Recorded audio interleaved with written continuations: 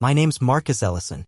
I'm 52 and a lifelong Marylander born in Prince George's, living in Howard County now. I work maintenance for a public school district and fix things most people don't even realize are broken until they're ankle-deep in a flooded basement wondering why the janitor has a wrench and they've got a wet sock. I never thought I'd write something like this. I never thought I'd be this kind of father. But 2 months ago, I kicked my 22-year-old son, Caleb, out of the house. And not in a go-find-yourself, son kind of way. I mean I evicted his ass, legally, per Maryland's property and residence laws. 30-day written notice. Proper documentation. Gave him time to find a place. Not that he used it well. But that's later. This story starts on a bright Saturday morning. Jasmine's graduation day. Jasmine, my son's girlfriend of 4 years. First-gen college student. Bi-psych double major at Towson. Girl had a GPA so high I thought she was joking when she told me. She came from a family that knew how to survive but never really had the luxury to celebrate. So they went all out. Booked a block of hotel rooms, coordinated outfits, catered a party after the ceremony. Hell, they even ordered custom cupcakes with her face printed on the fondant. That's dedication. And my son? Stayed home to play Call of Duty. Didn't show up. Didn't text her congratulations. Didn't even pretend to care. Said there'd be too much traffic. Said he didn't like sitting in bleachers. Said he had plans. Those plans, I found out later, involved yelling at 13-year-olds over a headset and eating the last of my leftover ribs while telling his online friends to push B. You know, important life priorities. At first, I thought maybe something happened. Maybe he got anxious. Maybe the car broke down. But when I walked into his room that night because Jasmine had called me crying and I didn't have the heart to lie to her, I found him on his chair, headset on, laughing. You didn't go? I asked. He didn't even turn around. Nah, it's not a big deal. I told her I couldn't make it. Not a big deal. This girl supported him through 2 failed semesters at community college. She edited his resume when he applied to Best Buy. She brought him soup when he got COVID.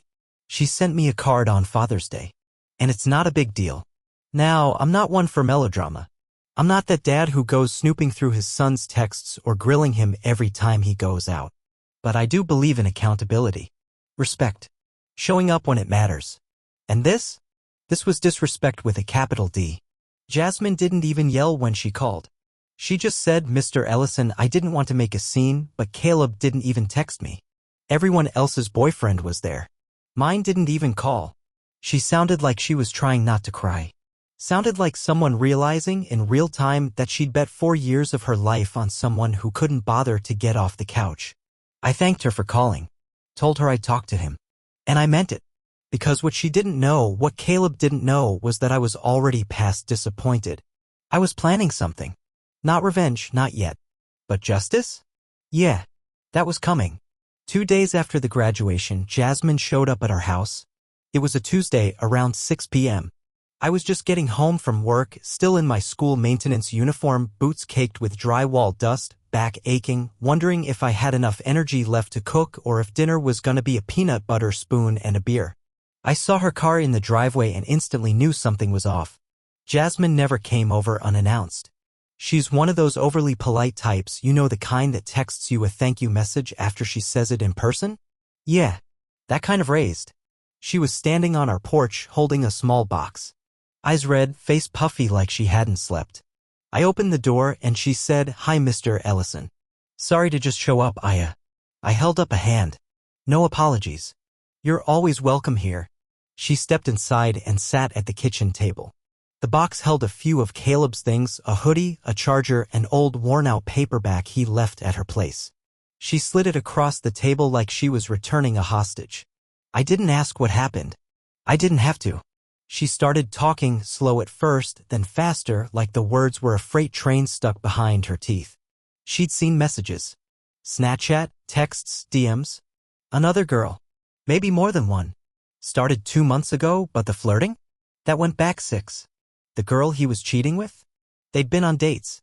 She sent him pictures, those kinds of pictures. Jasmine had screenshots. Evidence. She confronted him the night before graduation, crying in their driveway. And you know what he said? We were never official. For years. Vacations. Family dinners. Matching Christmas sweaters. Not official. She paused then, and something broke in her face. That hurt you see in people who finally realize the person they loved had never been standing on solid ground with them in the first place. I thought he was just going through something, she whispered. That maybe the video games were just stress, or that he needed time to figure things out. But he didn't even try, Mr. Ellison. He didn't even try. Now, I've seen a lot in 52 years. Been cheated on, betrayed, lied to. But there's a special kind of fury that bubbles up when someone hurts a good person for sport. Jasmine wasn't dramatic. She wasn't throwing a fit. She was sitting there, defeated. And my own son had done it. I'm sorry, she said suddenly. I didn't mean to put this on you. I just didn't know who else would even care. I looked her square in the eyes. You don't need to apologize for a damn thing. She nodded, stood up, and walked out of our home like someone leaving the scene of a robbery with nothing left but air and echoes. As soon as the door shut, I went upstairs. Caleb was on his bed, headphones on, eyes glued to his screen, cackling with his idiot online squad. Barely even looked at me. Yo, he said, can you grab me a drink from downstairs? I stared at him. My son. The boy I once held in the NICU, wired up to monitors. The same one I taught how to tie his shoes, to ride a bike, to hold the door open for others. Now he was asking me for a drink like I was his damn butler. After he destroyed a woman who deserved none of what he gave her. I didn't say a word. I just turned around and walked downstairs. I was done talking. Next was doing. I didn't sleep that night. Not really. I laid in bed, staring at the ceiling fan like it had answers I couldn't find. Karen, my wife, was already annoyed. She'd made a comment earlier, something like, they're young, Marcus. Everyone messes up. I didn't respond. Because if I opened my mouth, it wasn't going to be fair. And Karen's the kind of woman who'll let your silence hang there until it rots, then pick it apart later. But this time, she gave me space. She knew. The next morning, I got up before sunrise, like I always do. Made coffee, took a walk down the block. Still couldn't shake the anger. Not the fiery kind, either. It was low and steady. A kind of furnace in your ribs that burns slow and quiet. By 10 a.m., I was ready. I knocked on Caleb's door. A polite knock, because even in fury, I still have manners. That's the problem sometimes. You raise your kid with decency and then get shocked when they forget what it looks like. He opened the door half-dressed, hair a mess, blinking like I'd interrupted a sacred ritual. He looked annoyed. Can this wait? I'm in a ranked match. Now, I said. Living room. No headphones. No controller. He grumbled but followed. I could hear Karen moving dishes in the kitchen, making just enough noise to say she was present but not involved. We sat across from each other on the couch. Caleb sprawled out like a guy who had nothing to worry about. I sat up straight, hands folded, because I wasn't going to let him pull me into casual disrespect. What's up? He asked, yawning. Like this was a chore. I asked him straight, you see Jasmine's call log lately? He stiffened, just a flicker. I started. Why? She came by. Dropped off some of your things. Told me what you've been doing. What you said to her. He chuckled. Dad, come on. We weren't married or anything. She's acting like I left her at the altar. You didn't show up to her graduation, I said, keeping my voice even. Didn't call. Didn't text. And while she was walking the stage, you were home playing a video game. He gave this lazy shrug like he was bored already. Look, he said, we were growing apart. I just didn't feel it anymore. What, I'm supposed to fake it for the ceremony? I leaned forward, elbows on my knees. You were supposed to respect her. Even if you were done. Even if things were ending. You don't cheat on someone and then abandon them on one of the biggest days of their life. He rolled his eyes. She's making it dramatic. It's not like I owe her my whole life just 'cause she was around. I stared at him. And I swear to God, I felt like I was looking at a stranger. That's the part you don't get, I said quietly. You think relationships are vending machines, you put in a compliment, get back loyalty. But that girl gave you everything. And you treated her like a side quest. He scoffed. Don't use your wise dad tone on me, man. I'm grown. I can handle my own stuff. I nodded slowly. You're right. You are grown. I stood up. And since you're grown, you can pack your things. You've got 30 days to find a place. I'll give you the notice in writing by tonight. His face shifted. Not shocked. Not devastated. Just annoyed. Seriously? You're kicking me out over a breakup? No, I said. I'm kicking you out because I didn't raise you to be a liar. Or a coward. or someone who uses people and throws them away. If you want to live like a man with no conscience, then you do it without my roof over your head. Karen dropped a spoon in the kitchen. Hard. Caleb's eyes flashed toward her like he expected backup. She didn't say a word. Smart woman. He stormed back up the stairs, muttering about how I was overreacting and choosing a stranger over my own son. But he didn't slam the door. He knew. He knew the conversation was over. What he didn't know, what he still doesn't know, is that I wasn't finished. Because eviction was just the beginning. Let me tell you something about enforcing consequences on your own child. It doesn't feel good. It doesn't feel empowering, or righteous, or cathartic. It feels like garbage. It feels like grief in a suit and tie. That night, I sat at the dining table with a legal pad and wrote the 30-day notice by hand. Then I typed it up, printed it, and signed it. Maryland law allows you to evict a grown child if there's no lease agreement, so long as you give proper notice. I made sure every I was dotted and every T was crossed. Taped it to his door. Didn't even knock. The house turned cold after that. Not in temperature, though I did lower the thermostat to remind him who paid the damn utility bill, but in the way people stopped making eye contact. Karen barely spoke to me unless it was transactional. We need milk. I'm working late tomorrow. That plumber called. She never said you were right, but she didn't say I was wrong either. Just moved around the house like a ghost with a grudge.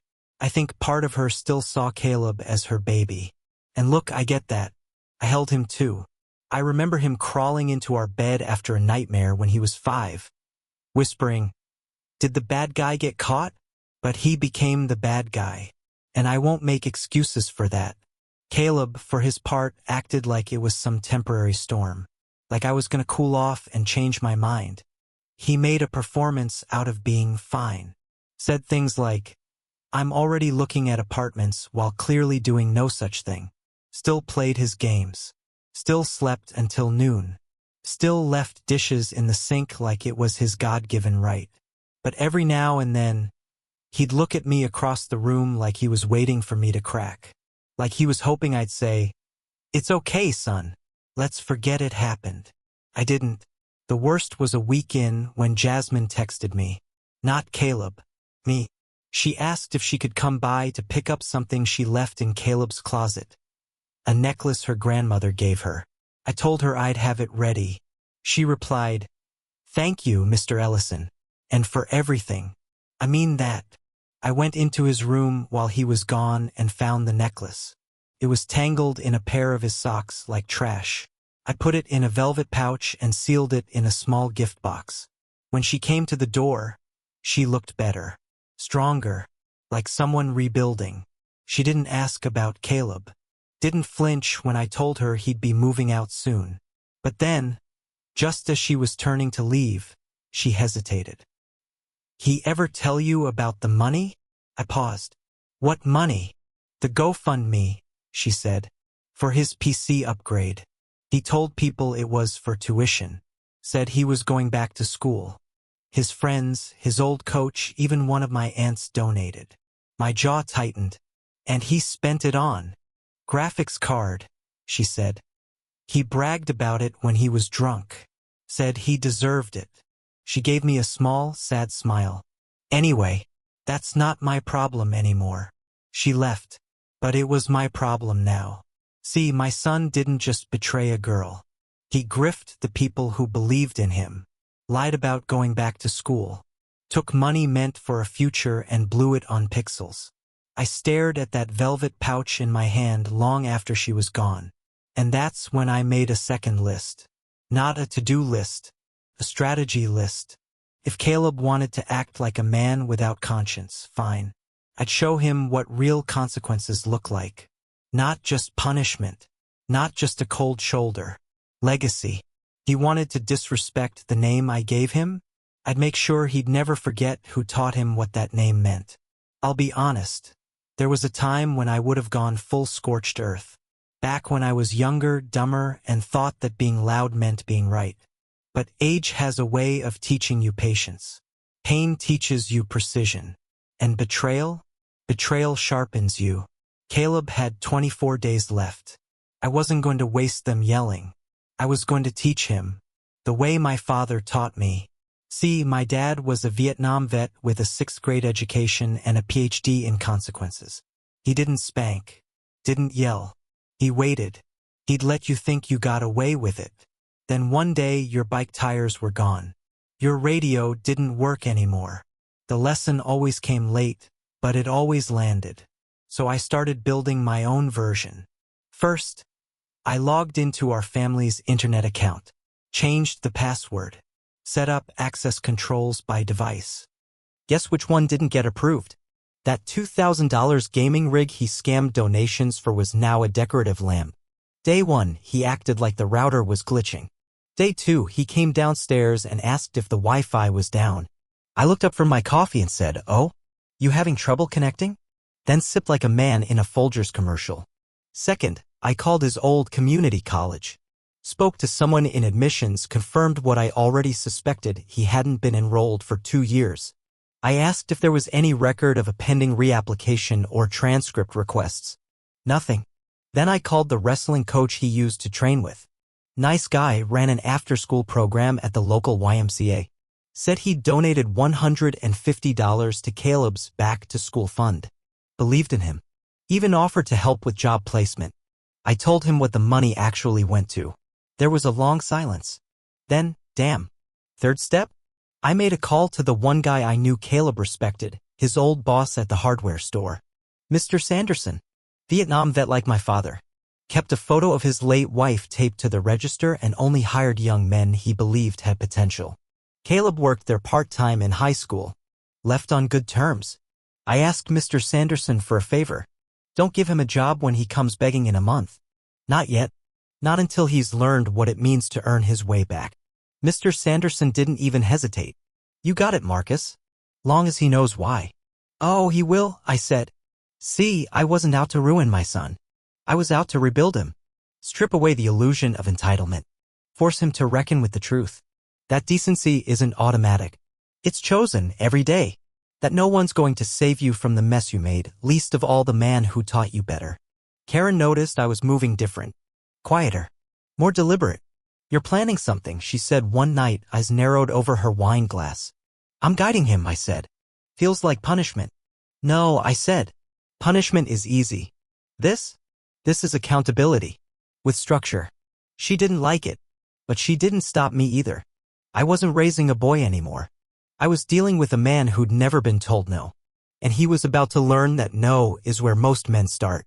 By the time we hit day 12, Caleb was pacing. He wasn't used to silence. He was used to resets, apologize, deflect, charm his way out of whatever hole he'd dug. It had always worked before. Teachers, girlfriends, even Karen.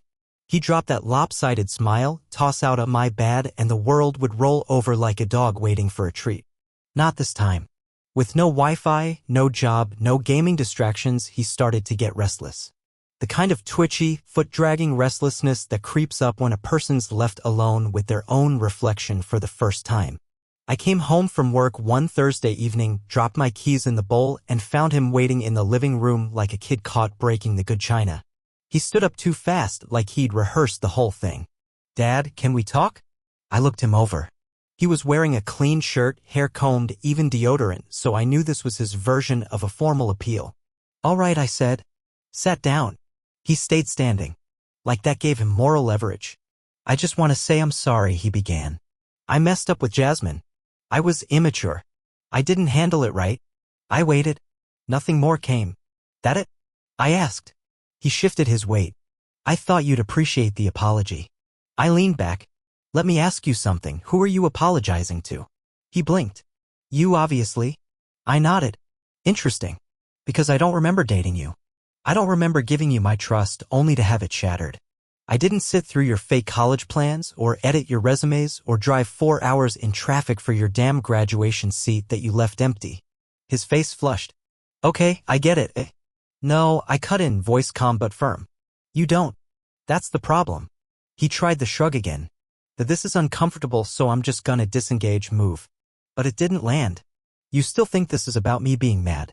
About some moral overreaction, I said. It's not. It's about who you are when no one's watching.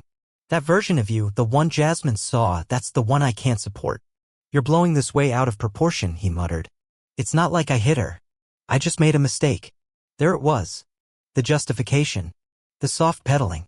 The casual evil of treating decency like it's optional. I made a mistake too, I said. I let you live here without asking you to be accountable. I let you believe comfort meant character. I gave you the illusion of manhood without the weight. He stared at me. Something between fury and shame, trying to decide which one had the louder voice. So what, I'm just exiled now, he asked. You throwing your own son away? I stood, walked to the mantel, picked up a photo of us fishing at Deep Creek when he was 11. He was smiling in that photo like life was still simple. Like truth came easy. I'm not throwing you away, I said. I'm giving you a chance to build from nothing. Like I had to. Like every man does at some point. He didn't speak. Just stood there like he'd been hit but couldn't figure out where the pain was coming from. Later that night, Karen came into our room, arms crossed. You broke him tonight. No, I said, staring out the window. He broke himself. I just handed him the pieces. What Caleb still didn't know was that Jasmine had texted me again. She'd read his apology. Said it felt hollow. Like it was more for me than for her. He doesn't regret what he did, she wrote. He regrets the consequences. And that right there was the root. But the real storm was still coming. Because sometimes the only way to teach a man the value of dignity is to let him feel the weight of what he's lost and who's watching him lose it. 30 days go by fast when you're not the one being kicked out. For me, I just went to work, came home, kept the silence sharp. Like a razor under velvet. I was done with speeches. Done with warnings. Done trying to interpret every shrug and sigh like it was a secret plea for forgiveness. Caleb? He wasted those 30 days like they were bonus rounds. Spent the first 2 weeks sulking, gaming offline with no headset, pretending he was still in control. Then came the denial, leaving job applications half-filled on the coffee table, printing apartment listings he never called about, watching YouTube productivity hacks at 2 a.m. like he was gonna life coach his way out of this. Then, about 5 days out, came the scramble. I came home one afternoon to find him actually vacuuming the stairs. I hadn't seen him use the vacuum since 2017 when I told him he couldn't go to a concert unless the living room looked like a hotel lobby. What's this? I asked. He straightened up. Just helping out. Being responsible. That same night, I found my drill kit missing from the garage. He borrowed it without asking to help a buddy assemble a Craigslist bunk bed. When I asked about it, he said, I figured since I'm moving out I might as well learn to build stuff. 12 hours before eviction, and now he wanted to become Bob Vila. I didn't yell. I just walked out of the room. Again. That was worse for him. My silence had become its own language. A cold front that no longer tried to warm him. Karen, by now, had mostly stayed out of it. But the night before Caleb was due to leave, she said, maybe just let him stay a little longer? He's not really ready. I looked at her. Calm. Tired. Worn down in that way parents get when one half tries to fix what the other refuses to admit is broken. I said he wasn't ready for Jasmine. He wasn't ready for a job. He wasn't ready for school. We've been waiting for him to be ready for years. But life doesn't wait. She didn't reply. But she didn't fight me anymore. Then the morning came. Caleb stood in the driveway with 2 bags and a trash bag full of shoes. He'd shaved. Put on cologne. Wore a button-down like it was his first day at a job that didn't exist. Can I leave the rest of my stuff in the garage? He asked, trying to sound casual. No, I said. You take what matters. The rest stays until you earn the right to come back for it. He nodded like he understood. But his eyes, those same eyes that used to light up at Christmas, looked like someone watching the last bus leave the station. His ride pulled up. A guy I'd never met. Car reeked of vape and desperation. Caleb threw his stuff in the back seat and stood there, waiting. For something. A word. A gesture. A loophole. All I gave him was this. I love you. That doesn't change. But respect is something you earn back. And you haven't started yet. He swallowed hard. Got in the car. Didn't look back. Karen watched from the window. Do you think he'll make it? She asked, voice barely a whisper. I didn't answer. Because making it depends on what you learn when there's nothing left to lean on. And Caleb? He was about to find out what the bottom feels like. It took 6 days. That's how long it took before the first call came. Not from Caleb. Oh no. He still had too much pride for that. It came from Karen, voice low, worried in a way she didn't want to sound. He's sleeping on someone's couch, she said, standing in the doorway of my den like she wasn't sure she was allowed in. A friend from high school. You remember the kid? Roy? I did remember Roy. Barely. Moved out of his parents' house at 18 to pursue a failed YouTube prank channel. Last I heard, he worked graveyard at a vape shop and lived with 3 other dudes in a 2-bedroom apartment that had 1 working shower and a couch with a suspicious stain that predated the lease. He says he's fine, she added. Of course he did. I didn't ask for more. I didn't offer help. I just nodded. She stood there a moment longer, like she wanted permission to say something motherly, then left. But I knew. Caleb wasn't fine. He was cracking. A week later, the cracks went public. I got a call from Jasmine. I hadn't expected to hear from her again. But there she was, voice calm, polite, and heavier than before. Hi, Mr. Ellison. I wasn't sure if I should call, but I thought you should know. I sat down. Caleb showed up at my apartment last night. Silence. Cold in my gut. I hadn't even realized I'd clenched my fist. I didn't let him in, she said quickly. He didn't yell or anything, just stood there. Said he wanted to talk. Did he? She exhaled through her nose, like she'd rehearsed this call but still hated saying it. He said he made a mistake. Said he missed me. That he was stupid. And then he said, she paused. He said he thought maybe we could get coffee. Just start over. I shook my head. What did you say? I said no, she said. I told him I'm not angry anymore, but I don't owe him anything, especially not a clean slate. There was a pause between us, the kind where 2 people who both saw something burn down are standing on opposite ends of the ashes. Then she added, he started crying. Not loud, just real quiet. I think he thought I couldn't see, but I did. I swallowed hard. She continued. He asked me what he could do to fix it. I told him to stop trying to fix me and go fix himself. Then I shut the door. Did he leave? Eventually. Sat on the stairs for maybe an hour. Then Roy came to get him. She paused again. I thought maybe you'd want to know. I do, I said. Thank you. Don't thank me. Just keep doing what you're doing. He listens to you even when he acts like he doesn't. When we hung up, I sat in that chair for an hour, staring at the wall, thinking about what Jasmine had said, about how some doors don't get closed with rage, but with finality. Quiet, clear finality. I thought about Caleb, sitting on those cold stairs outside her apartment, sobbing the way only grown men do when they realize apologies aren't magic words. They're tombstones. And I knew, deep down, that moment was the real beginning. Not of his suffering, of his awakening, because now he'd felt it, the weight of the name he lost, the good man he used to pretend to be, the one Jasmine believed in, the one I raised. A man can lie to himself all day long, but when the last person who loved you without conditions says, I don't owe you anymore, the illusion breaks. You're not the man you thought you were, and you've got no one left to convince but the mirror. 3 weeks passed after Jasmine's call. Not a word from Caleb. No texts. No emails. No half-hearted voicemails pretending he butt-dialed me. Nothing. I'd like to say I didn't think about him, but that'd be a lie. I thought about him every damn day. Not because I missed him, I did, but because I wondered. Wondered where he was sleeping, what he was eating, whether that quiet in his eyes when he left was still there, or if the world had hardened it into something worse.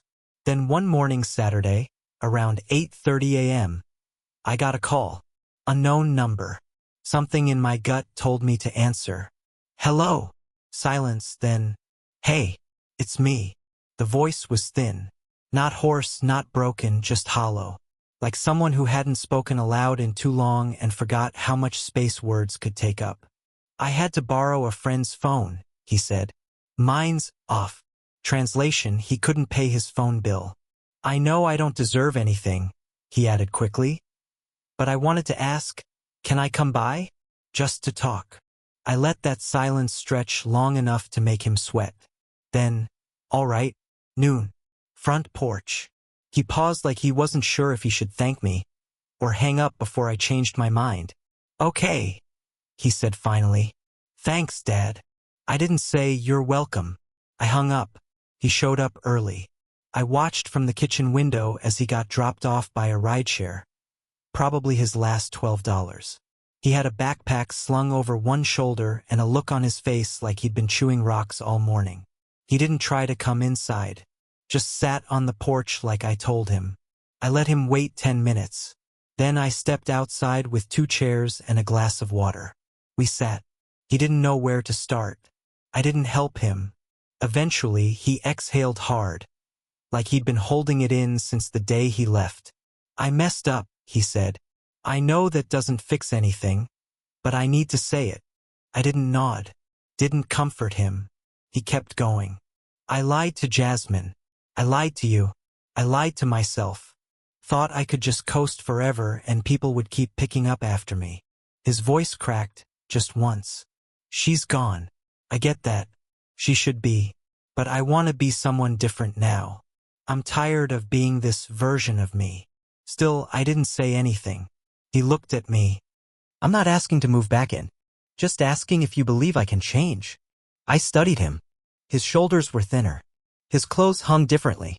The arrogance was gone. Whatever version of him had stood in my living room a month ago trying to apologize his way out of trouble had been scraped down to the studs. You want to change, I said. That's good. But change is a brick wall, not a shortcut. You build it one stone at a time. And I'm not lifting the first one for you. He nodded. I understand. No, you don't yet, I said. But you will. Then I laid out the terms. You find a job. Any job. Full-time, part-time, doesn't matter. You show me your pay stubs. You get therapy, group, private, church-based, I don't care. You send me proof every week. He blinked. Proof. Receipts. Attendance. Notes from your therapist. No exceptions. I kept going.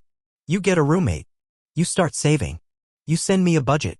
Once you've made 3 months of steady progress, then we'll talk about visits. Dinners. Maybe even letting you store things here. But this house? This is a goal, not a freebie. He looked down. Then up. I'll do it. You'll try, I corrected. Doing it is a pattern, not a promise. And then, for the first time since this whole thing started, I reached forward and shook his hand. Firm. Unsentimental. But real. Go earn your name back, son. It's been a year now. 12 months since I handed my son a glass of water and a challenge. He didn't move back in. Not yet. That was never the point. But he did everything I told him. He got a job stocking at a warehouse in Jessup, graveyard shift, hard labor, no frills. Sent me his first 2 pay stubs with a photo of his boots covered in dust. Didn't ask for praise. Just sent them like facts. He found a therapist. Twice a week. Told me later that at his first session, when they asked why he was there, he said, because I burned down the only house that ever gave a damn. He moved into a basement room in Catonsville with 2 other guys trying to get clean.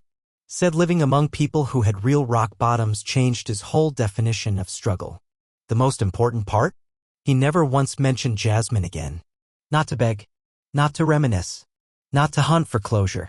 He finally understood that closure isn't something you ask for. It's something you earn by living differently. We had dinner 3 months in neutral spot Korean barbecue he picked up the tab for. No heavy talk. Just ribs, side dishes, and the quiet comfort of 2 men relearning how to speak without wounding. He didn't call me every week. Didn't come running for advice. But when he did reach out, it was always with progress. A job promotion. A raise. A roommate moving out and him covering the extra rent without complaint. He started saving. Started taking online classes again. Didn't ask for help paying tuition. Said he wanted to do this without shortcuts. And so, when Christmas came, I handed him an envelope. Inside was the deed to his old truck paid off in full. You earned that back, I said. He nodded. Didn't cry. Just shook my hand again like he did that day on the porch. And then last week, right as I was getting home from work, I found something tucked inside my screen door. A letter. No return address. Neatly folded. It was from Jasmine. I won't share the whole thing. Some things don't belong to the internet. But I'll tell you this. She wrote that she'd heard about Caleb through mutual friends. That she was glad he was getting help.